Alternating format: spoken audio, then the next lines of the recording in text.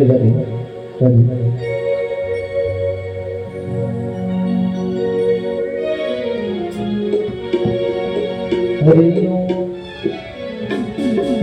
से देखा तुम्हें जाने क्या हो गया, जब से देखा तुम्हें जाने क्या हो गया। सभी ताली बजा के आनंद ले। मेरे बाके बिहारी मैं तेरा हो गया, मेरे बाके बिहारी मैं तेरा हो गया। जब से देखा तुम्हें जाने क्या हो गया, जब से देखा तुम्हें जाने क्या हो गया। मेरे भोले वाले सालों में तेरा हो गया, मेरे बाके बिहारी मैं तेरा हो गया।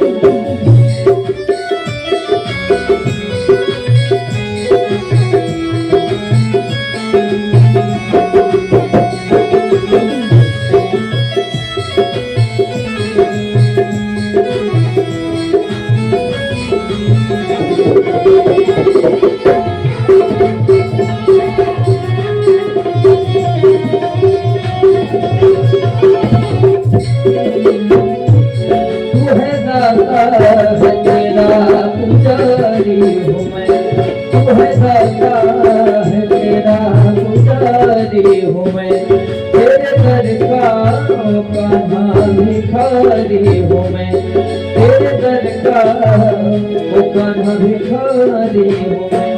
तेरे चौखट पे हाँ तेरे चौखट पे, तेरे चौखट पे मेरा दिल खो गया, तेरे चौखट पे मेरा दिल खो गया। मेरे बाके बिहारी मैं तेरा हो गया, मेरे मुर्गे वाले शाम मैं तेरा हो गया।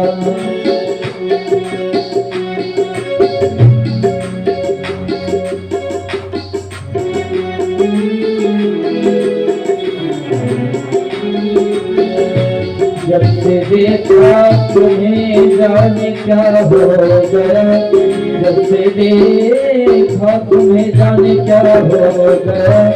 मेरे बाके बिहारी मैं तेरा हो गया।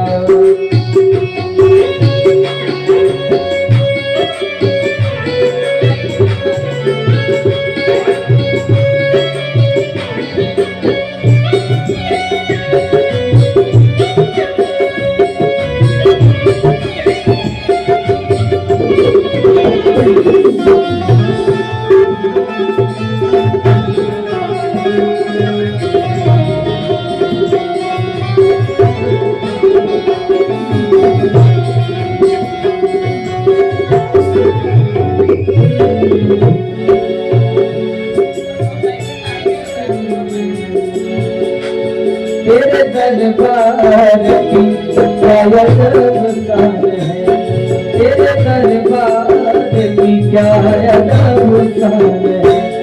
जो भी देखे वही तुझ पे कुर्बान है, जो भी देखे वही तुझ पे कुर्बान है। तेरे भक्ति का मेरे साथ, मेरे साथ, मेरे साथ, मेरे साथ। तेरी भक्ति का, तेरी भक्ति का मुझ पे नशा हो गया, तेरी भक्ति का मुझ पे नशा हो गया। मेरे बाके बिहारी मैं तेरा हो गया, जब से देखा तुम्हें जाने क्या हो गया। मेरे बाके बिहारी मैं तेरा हो गया, मेरे बाके बिहारी मैं तेरा हो गया। बोलिए गोविंद भगवान की जय हो। इधर कंस का वध करके आगे बढ़ गया और मथुरा वासी खूब खुश हुए और बढ़िया बढ़िया भजन सुने और अब बाबा नंद बाबा ने कहा, अक्रूर जी ने कहा कि कन्हैया अब तो तुमने संहार कर दिया, अपने मामा का उद्धार कर दिया।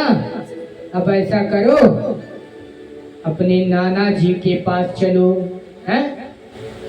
नाना जी के पास, और नाना जी को ले आओ। तुरंत कन्हैया उठा, अपने दाऊ भैया से कहा, भैया चलो नाना जी से मिलने।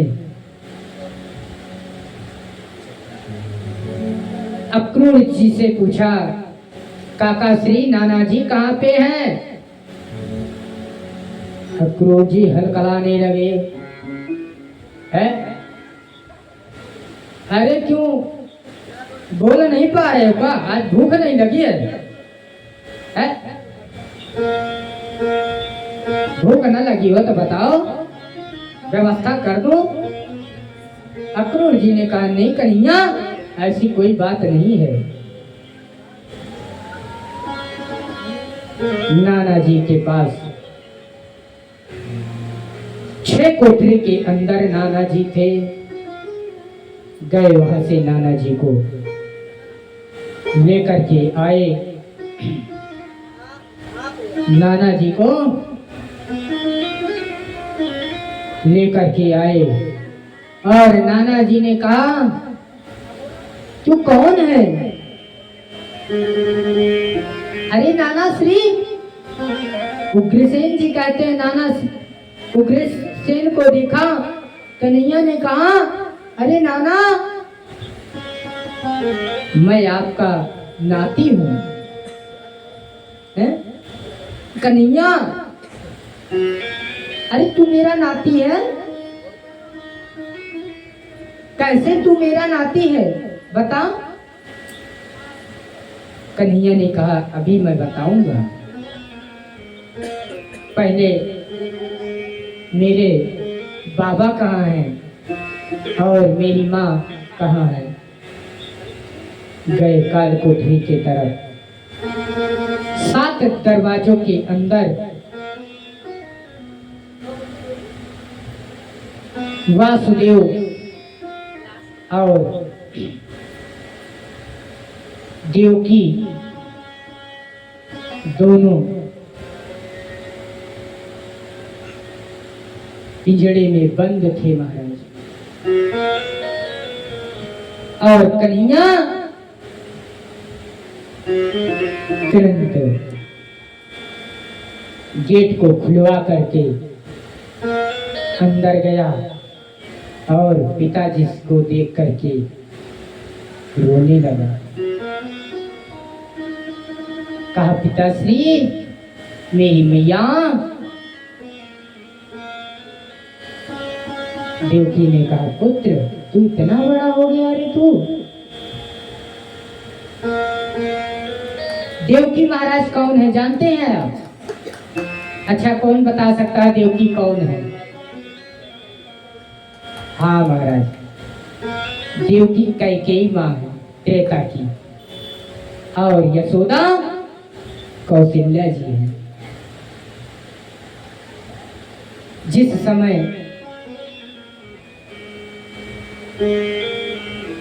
भगवान राम वनवास में थे, भरत जी लाने गए थे, उस समय कैकेयी ने कहा था कि राम, अगला जन्म होगा तो तुम मेरे गर्भ से ही लेगा। लेकिन राम जी ने कहा कि ठीक है माँ, मैं तेरे गर्भ से जन्म लूंगा, लेकिन मैं तुरंत अपनी माँ कौशल्या के पास चला जाऊंगा, मैं अपनी बड़ी माँ के पास जाऊंगा, जन्म तुम्हारे ही गर्भ से लूंगा, लेकिन अपनी माँ के पास जाऊंगा।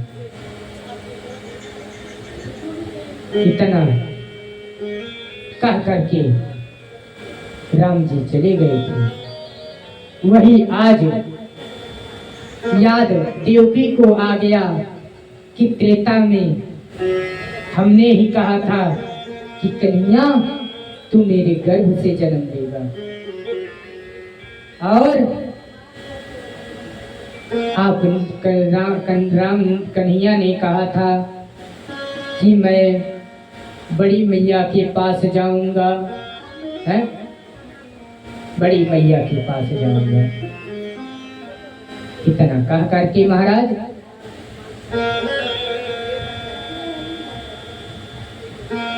देवकी का बंधनवार खुलवाया वासुदेव का, और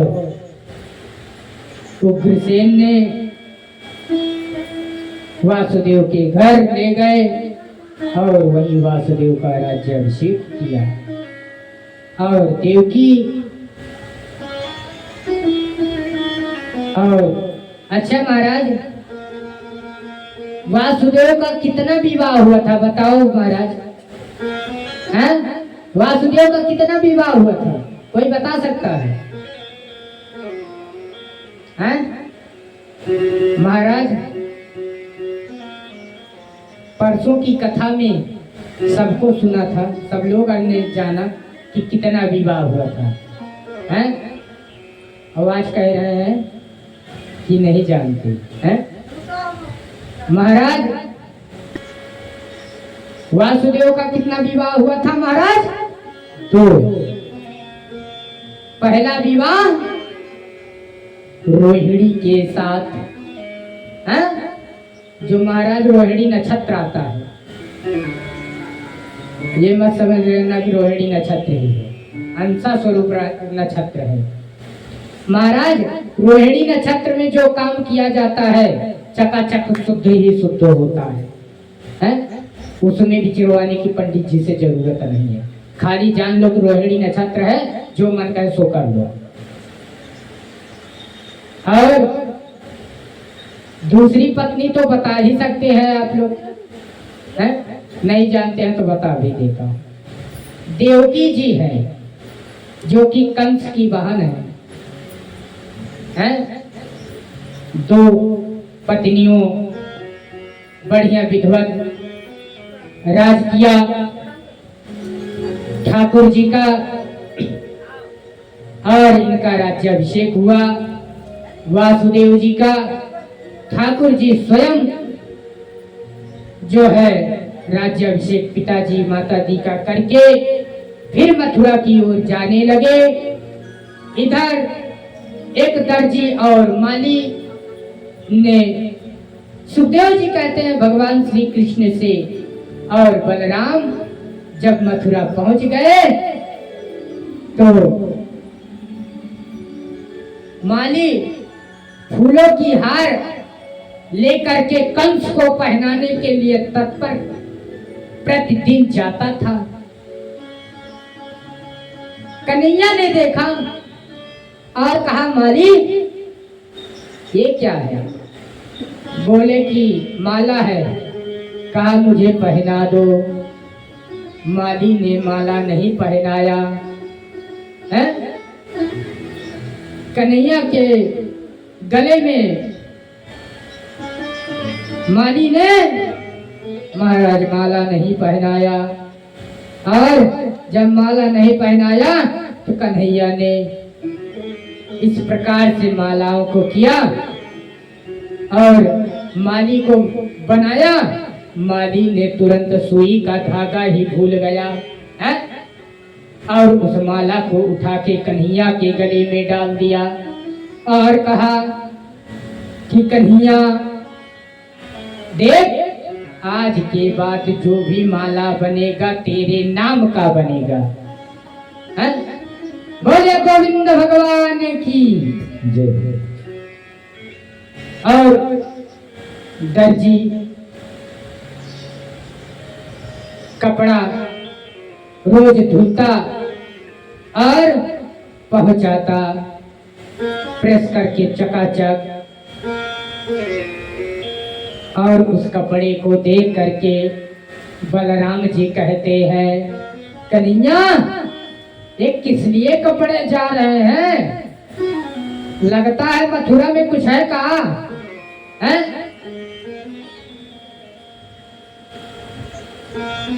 बलराम कन्हैया ने कहा, माली की साड़ी देख करके हैं, माली की साड़ी देख करके माली को दिया बताए, हे माली तू सुन ले मेरी विनती है। कौन सी विनती? यही विनती कि जो लेकर के फुलवा का मलबा जा रहा है इधर ला, पहले नारायण को पहना है, राक्षसों को क्यों पहनाने जा रहा है? अब दर्जी को इस प्रकार से बताता कि दर्जी अपनी सुई की धार ही भूल जाता है? इस प्रकार से दर्जी को समझा दिया कि दर्जी मशीन को देखते देखते सुई ही भूल गया कि कहाँ सुई का धार है। बोले गोविंद भगवान की। आइए हम आप बढ़िया दर्जी और माली की बढ़िया दिव्य भजन श्रवण करते हैं।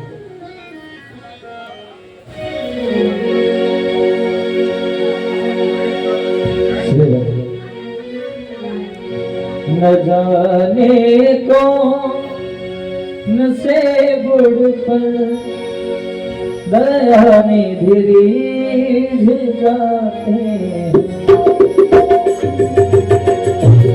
न जाने कौन से बुढ़ पर दया निधि जाते हैं, न जाने कौन से बुढ़ पर दया निधि जाते हैं, न जाने कौन से बुढ़ पर दया निधि जाते हैं, दया निधि जाते हैं। यही सत्संग कहते हैं, यही सत्संग कहते हैं, यही हरि भक्त गाते हैं। न जाने कौन से गुण पर दया निधि जाते हैं।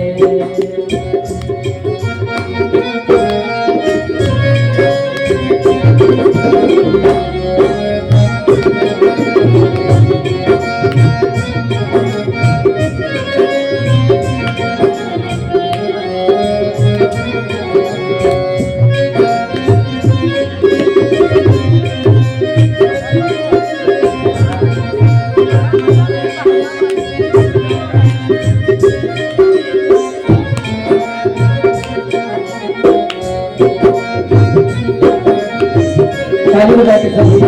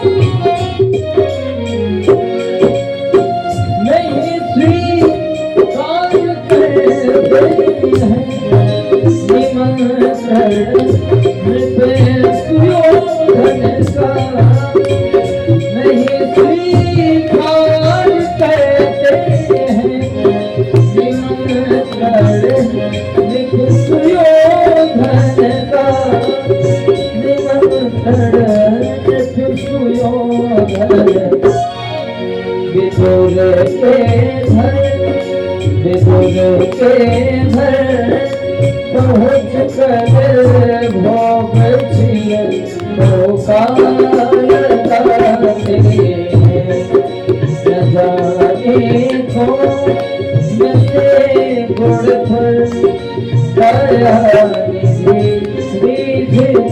जाते हैं।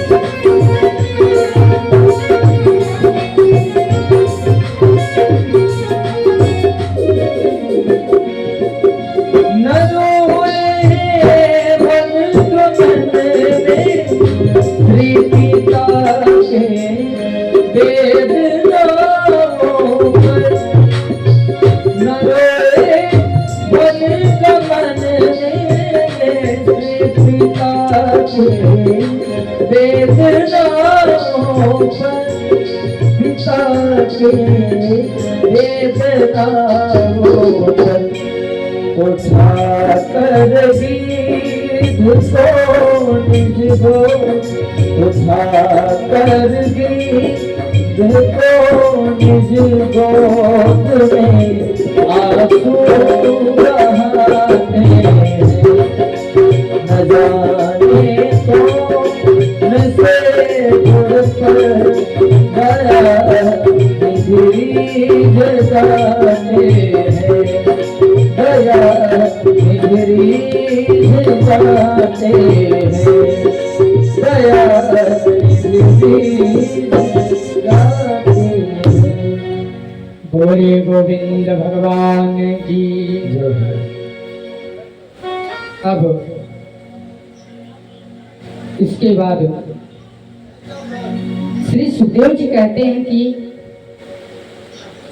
वासुदेव जी ने अपने पुरोहित गर्गाचार्य और अन्य ब्राह्मणों द्वारा श्री कृष्ण जी का और बलराम जी का यज्ञोपवीत संस्कार करवाया है? उन्होंने ब्राह्मणों को बहुत सी दक्षिणा दी तथा सत्वता संतुष्ट होकर के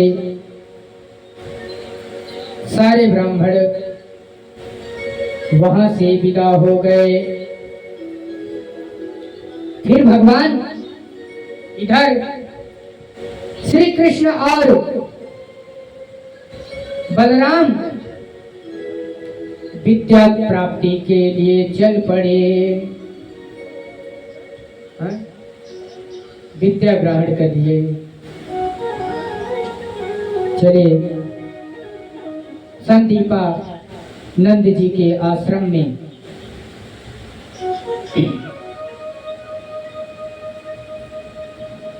विद्या अध्ययन के लिए चल पड़े और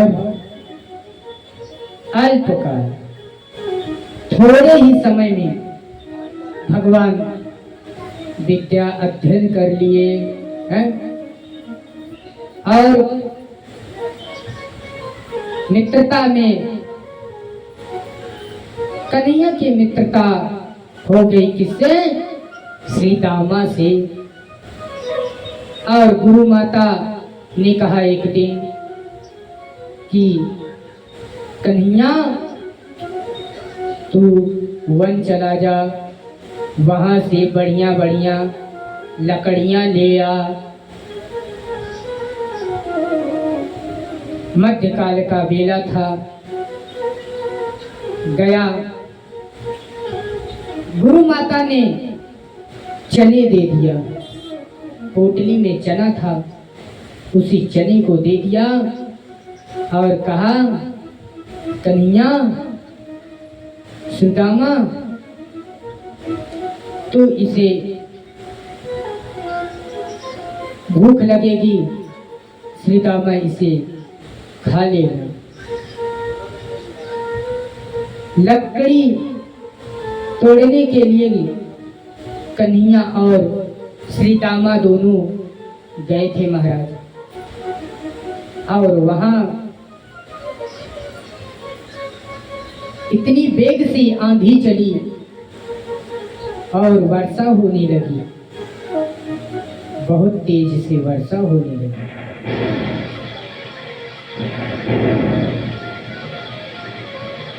वर्षा ही होती जा रही थी और एक वृक्ष पर कृष्ण और सुदामा दोनों चढ़ गए। ऊपर मेरा कन्हैया था और नीचे वृक्ष पे हमारे श्रीदामा जी थे।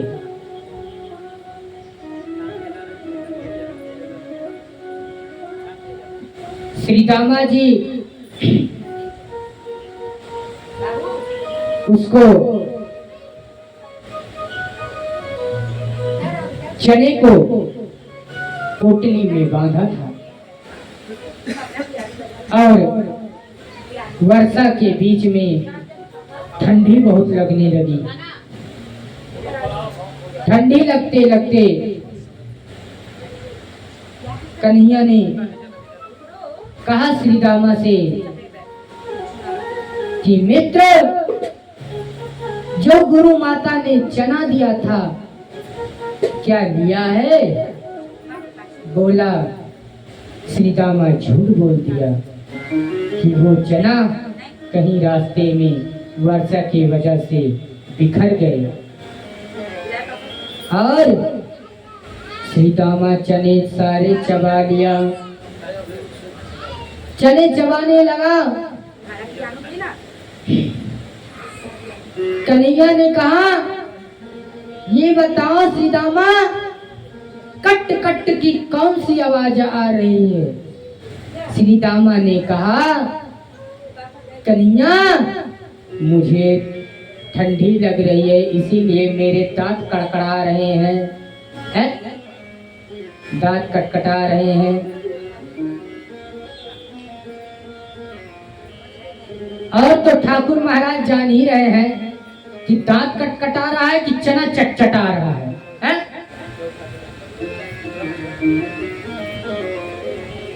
इधर लौट करके गए आश्रम में। गुरु माता को सारा लकड़ी दिया और भोजन इत्यादि बना। कुछ ही दिन में नंद बाबा और वासुदेव दोनों लेने के लिए आ गए। गुरु माता ने विदाई किया और बढ़िया विदाई हो गई। इधर लौट करके आया गोकुल पहले, फिर उसके बाद मथुरा गया और कन्हैया की उम्र अच्छी योग्य हो गई थी उम्र, और कन्हैया के विवाह की तैयारी करने के लिए नारद जी लग गए।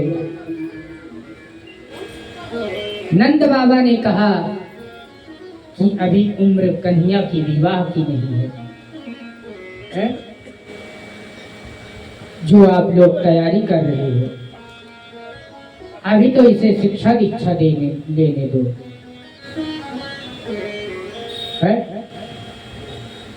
कन्हैया को शिक्षा दीक्षा लेने दो।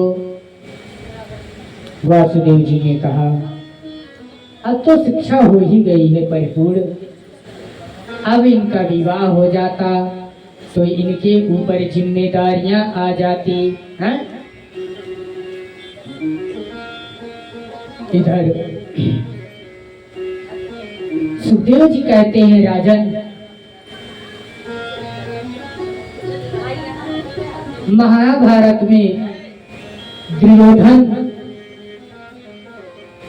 जिस समय युद्ध कर रहा था, उस समय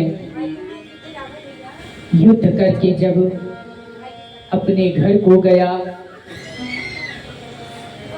तो उसकी पुत्री को कृष्ण जी ने देखा, लक्ष्मणा को देखा, देख करके बहुत आनंदित हुए और लक्ष्मणा जी से विवाह के लिए तैयार हो गए महाराज। और लक्ष्मणा जी से प्रेम करने लगे हैं। लक्ष्मणा जी से बहुत प्रेम करने लगे, इतना प्रेम करने लगे कि उसकी व्याख्या ही नहीं है।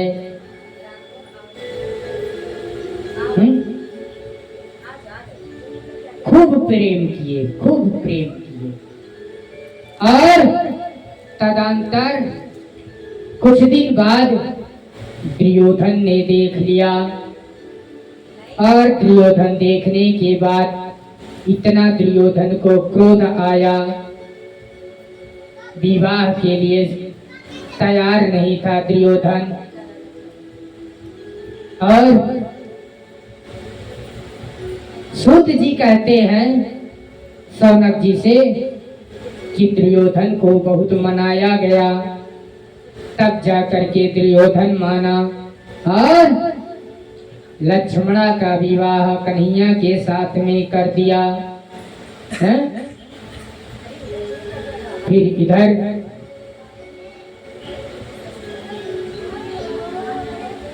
कन्हैया के साथ में लक्ष्मणा का विवाह हुआ और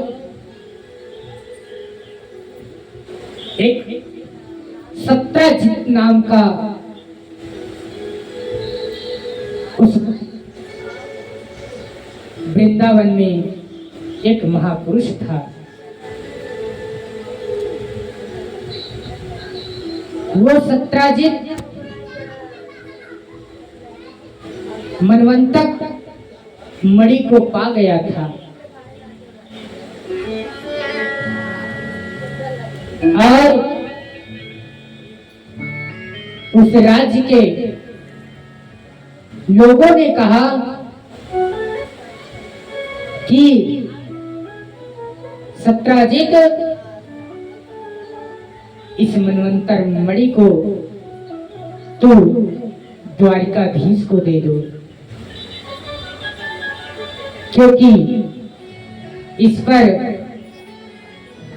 अधिकार सिर्फ द्वारिकाधीश का है।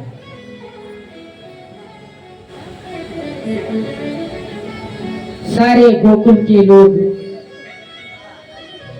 उनको मनाने लगे। सत्यजित जितेंद्र जी दो भाई को समझाया, कहा कि इस मनवंतर मणि को तुम दे दो। सत्यजित का भाई कहा कि चाहे जितना तुम कह दो, लेकिन ये मणि मेरी है, मैं नहीं दूंगा है, मैं नहीं दूंगा। बोलिए गोविंद भगवान की जय हो। है इस मणि को मैं नहीं दूंगा। और सत्यजित ये कहा और एक दिन की बात थी कि कुछ दूतों ने जाकर के बलराम से बताया। बलराम तुरंत क्रोध में आ गया और कहा कि चलो सत्यजित को हम हमारे राज्य में रहता है उसको समझावें, है क्यों मणि नहीं दे रहा है। सत्यजित को समझाने के लिए चल पड़ा। जैसे चलने लगा उतने में हमारे कन्हैया आ गए। कन्हैया ने कहा दाऊ भैया कहाँ जा रहे हो। अरे कन्हैया मैं कहीं जा नहीं रहा हूँ, आ रहा हूँ। कन्हैया तुरंत मुस्कुराने लगे हैं। कन्हैया तुरंत मुस्कुरा करके बोले कि दाऊ भैया अगर वो देना नहीं चाहता है, यदि सत्यजित देना नहीं चाहता है तो तुम क्यों परेशान हो, हैं? तुम क्यों परेशान हो? उसकी इच्छा है, उसका सामान है, जिसका सामान इच्छा होगा देगा, नहीं इच्छा होगा नहीं देगा। महाराज नहीं देगा। लेकिन सत्यजित एक दिन वन के लिए गया शिकार खेलने और मणि को भी साथ में लेकर के गया। एक हिरण को देखा, देखने के बाद बाणों उठा लिया और हिरण को मारने के लिए तत्पर खड़ा हो गया। बाण तो छोड़ दिया हिरण के ऊपर, हिरण के लग गया और हिरण गिर गया। फिर दूसरी बाण उठाया मारने के लिए, उतने में सिंह उनको मार डाला अपने गुफा में ले जाकर। और इस प्रकार उनका उद्धार हुआ है, उनका उद्धार हुआ। और इधर सत्यजित के जितने दूत थे सारे दूतों ने मिलकर वन में गए। वन में जाकर के देखा कि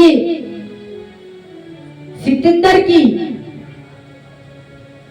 कहीं अता पता नहीं है। बाणों का शव पड़ा हुआ था जंगल में और सिंह के चरण बने हुए थे। लेकिन उन्होंने कहा, कुछ लोगों ने कहा कि कोई जानवर उनको मार करके खा गया है, और कुछ लोगों ने कहा कि जानवर नहीं महाराज, इनको कन्हैया ने कोई अपना दूत भेज करके मणि छीन लिया होगा और उनको मार डाला होगा।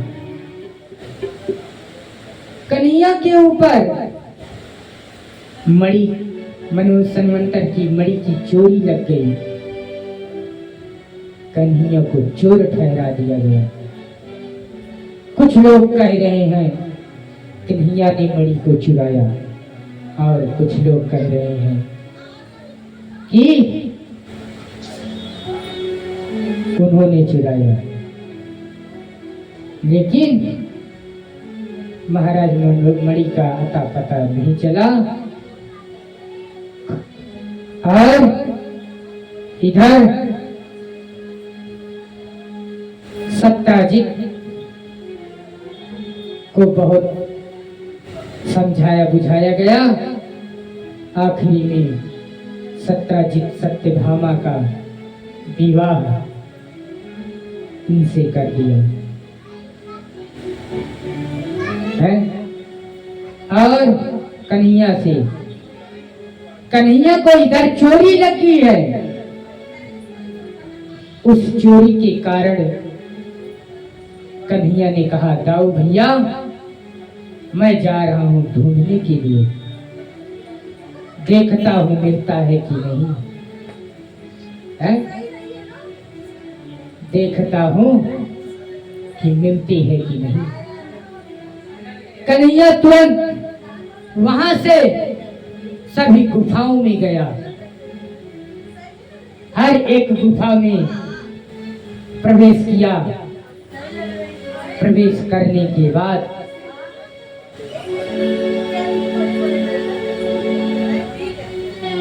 वहां जामुवंती बैठी थी। हम इशारा करेंगे। नहीं, जो बच्चे आए हैं वो सही नहीं है। ठीक है। बोले गोविंद भगवान की। जो इधर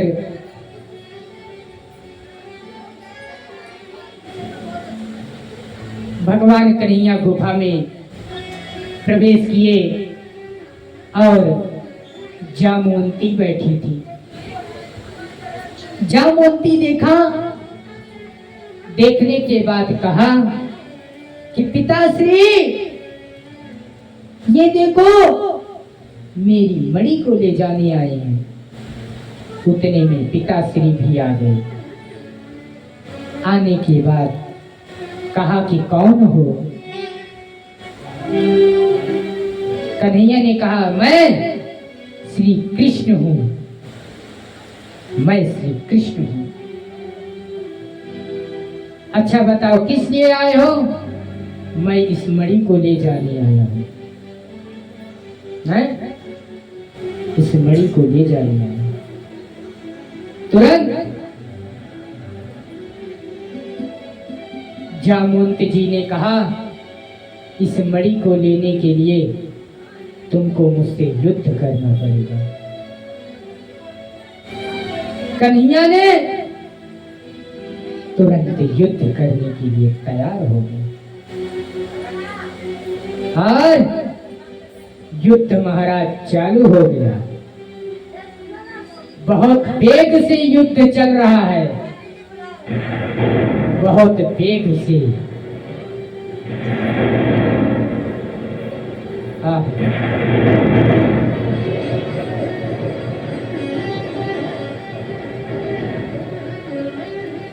युद्ध में जामवंत हार गया।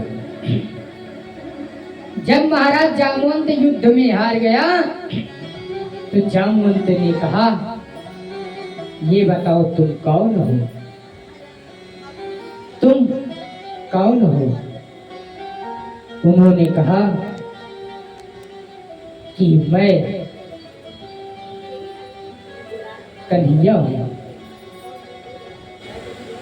तुम कन्हैया हो तो त्रेता युग में मुझे आशीर्वाद राम जी ने दिया था कि मेरे अलावा तेरा सामना कोई नहीं करवाएगा। मेरे अलावा तेरा सामना कोई नहीं कर सकता, किसी के पास साहस नहीं है। और इधर नारद और कन्हैया तुरंत प्रकट हो गए चतुर्भुज में, हैं? शांताकारं भुजगशयनं पद्मनाभं सुरेशं विश्वाधारं गगनसदृशं मेघवर्णं शुभांगं लक्ष्मीकान्तं कमलनयनं योगविरुधानुगम्यं वन्दे विष्णु भवभयहरं सर्वलोकैकनाथं।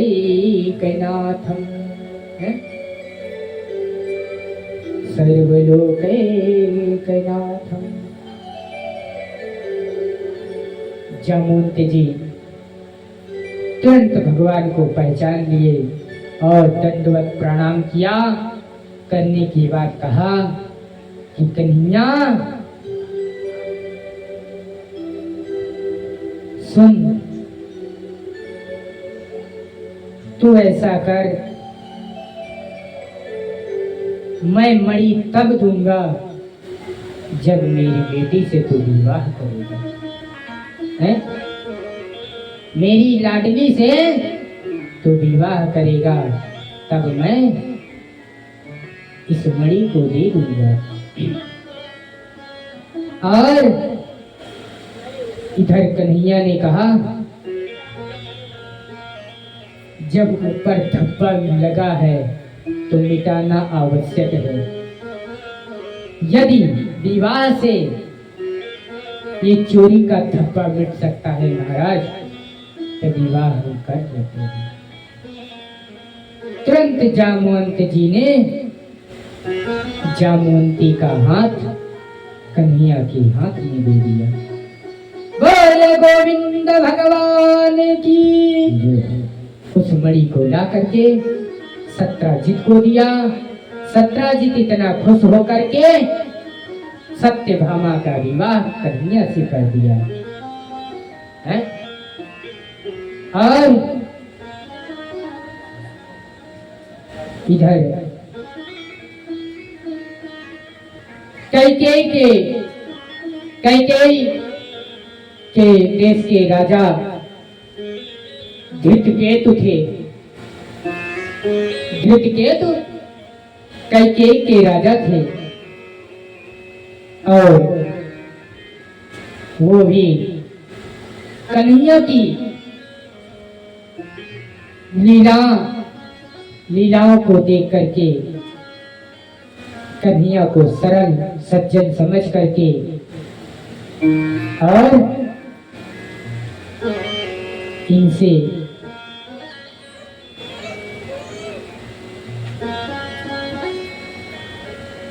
विवाह कर दिया। किससे? भद्रा से। धृतकेतु की बेटी का नाम भद्रा था और कन्हैया ने भद्रा से विवाह कर दिया। और अवंती के राजा जयसेन थे, उन्होंने भगवान महाभारत में जब अर्जुन को उपदेश दे रहे थे तब देख करके बहुत जयसेन प्रसन्न हुआ और अपनी बेटी का विवाह, मित्रवृंदा का विवाह कन्हैया से कर दिया। महाराज त्रेता युग में राजा दशरथ को देखिए,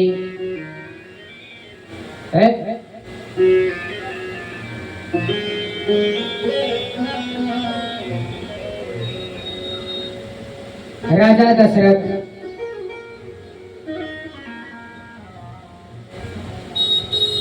जनकपुर गए।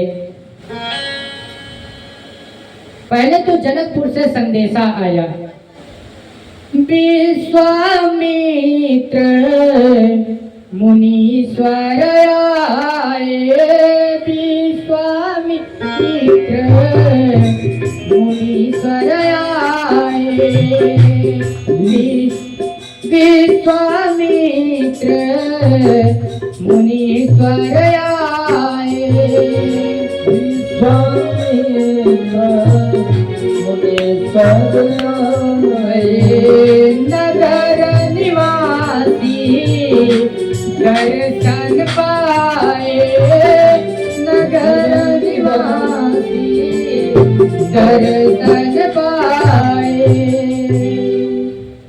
महाराज विश्वामित्र को देख करके सब पुलकित हो गए और इधर सब बहुत खुश हुए।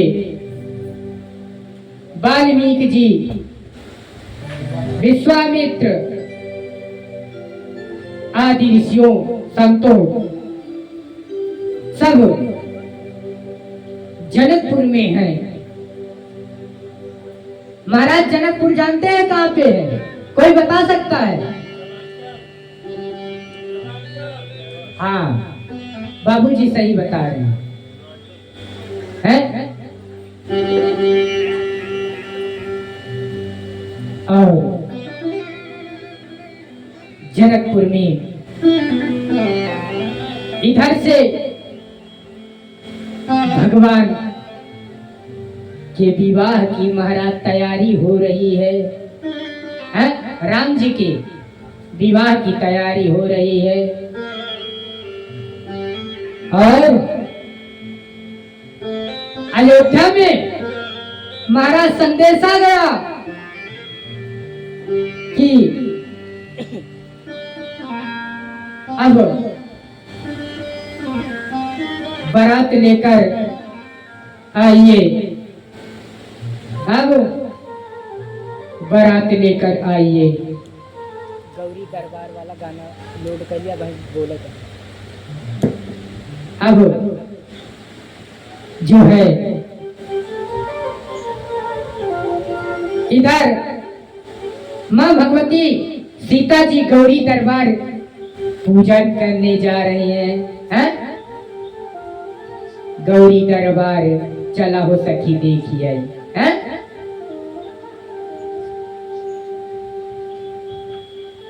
और महाराज कभी राम जी को मोर का पंख लगाते हुए देखा है? हाँ, बाबूजी कह रहे हैं देखा है। तो बताओ कहाँ लगाए थे, किस स्थान पे? हाँ सत्य, बाबूजी को, यानी कि बाबूजी को हमारे कथा पता है, क्योंकि ये कथा परसों की कथा में बताई गई थी।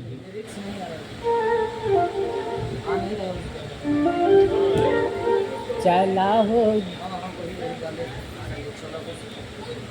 हाँ, ऑडियो उस पर डालो तो आएगा। हैं? इधर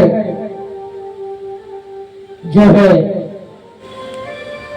सब बहुत पुलकित है, और कन्हैया के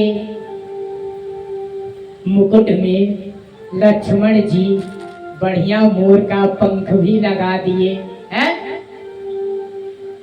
मोर का पंख लगा दिए,